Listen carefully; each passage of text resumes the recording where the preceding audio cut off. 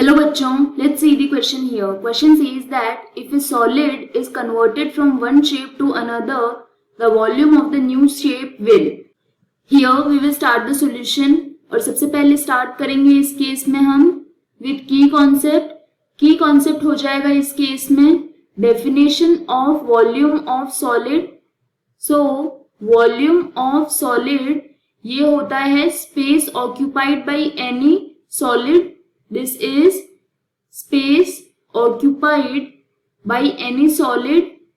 यहाँ पे बोला गया है that we have converted one shape to another for a solid. तो उस केस में वॉल्यूम में क्या चेंज आएगा. Let's suppose for example we are talking about a sphere जिसको हमने क्या किया है, कन्वर्ट किया है एक कोन के शेप में.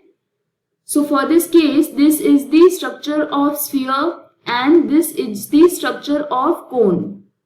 यहाँ पे sphere और cone इनके लिए radius different होगी. So radius will be different in this case. This will be capital R. Slant height यहाँ पे होगी L. जो height होगी वो भी different होगी. But इन दोनों केस के लिए जो similar होगा thing वो होगा volume. This is because हम क्या कर रहे हैं, सेम ही सॉलिड को यूज कर रहे हैं. We are just changing the shape. Shape change करने से यहाँ पे कोई भी वॉल्यूम में डिफरेंस नहीं आएगा. So as a result by the definition जो कि हमने डिस्कस किया था की कॉन्सेप्ट में कि वॉल्यूम ऑफ सॉलिड की डेफिनेशन होती है कितनी स्पेस ऑक्यूपाई की गई है.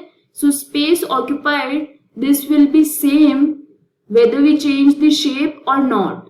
So for this case यहाँ पे करेक्ट आंसर हो जाएगा volume of new shape will remain unchanged, that is C is correct in this case.